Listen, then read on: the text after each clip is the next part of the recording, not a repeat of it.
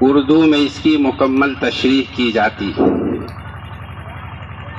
لیکن وقت بہت زیادہ ہو گیا ہے، اس لیے 2-3 بات ذہن میں رکھیے 2-3 لائن میں۔ اسلام یہ چاہتا ہے کہ میاں بیوی کا رشتہ مضبوط رہے، میاں بیوی کا رشتہ مستحکم رہے۔ اب سوال یہ پیدا ہوتا ہے کہ میاں بیوی کا رشتہ کیسے مضبوط رہے گا، میاں بیوی کا رشتہ کیسے مستحکم رہے گا؟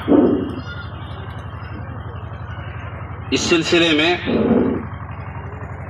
قرآن اور حدیث میں اللہ سبحانہ و تعالی نے قرآن مقدس میں اور نبی کریم محمد رسول اللہ صلی اللہ علیہ وسلم نے احادیث میں اس بات کو باضابطہ بیان فرمایا ہے کہ شوہر بیوی کے ساتھ کس طرح رہے گا اور بیوی شوہر کے ساتھ کس طرح رہے گی، جس کو میاں بیوی کا حقوق بھی کہا جاتا ہے۔ مکمل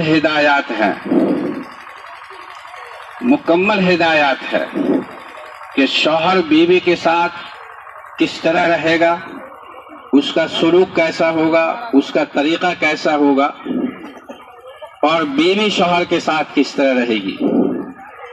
ایک پورا نظام ہے، اصول ہے، ہدایات ہے۔ ان ہدایات پر اگر عمل کیے جائیں گے تو انشاءاللہ یہ رشتہ مضبوط رہے گا، مستحکم رہے گا، اور دونوں میاں بیوی کی زندگی خوش خرم گزرے گی۔ سوال یہ پیدا ہوتا، ہم میں کتنے لوگ ایسے ہیں جو ان ہدایات کو پڑھنے کی کوشش کرتے ہیں، ان ہدایات کو سمجھنے کی کوشش کرتے ہیں، یا کسی عالم دین کے پاس بیٹھ کر کے ان مسائل کو سمجھنے کی کوشش کرتے ہیں؟ غور کیجیے ذرا سا، ہمارے اندر کتنی خرابیاں آ گئی، کتنے بے حس ہو گئے ہم۔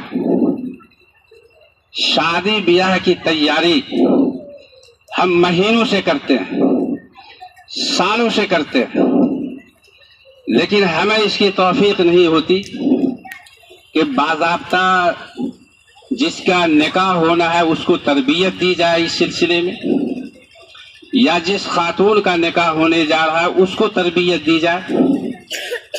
اتنے گر گئے ہم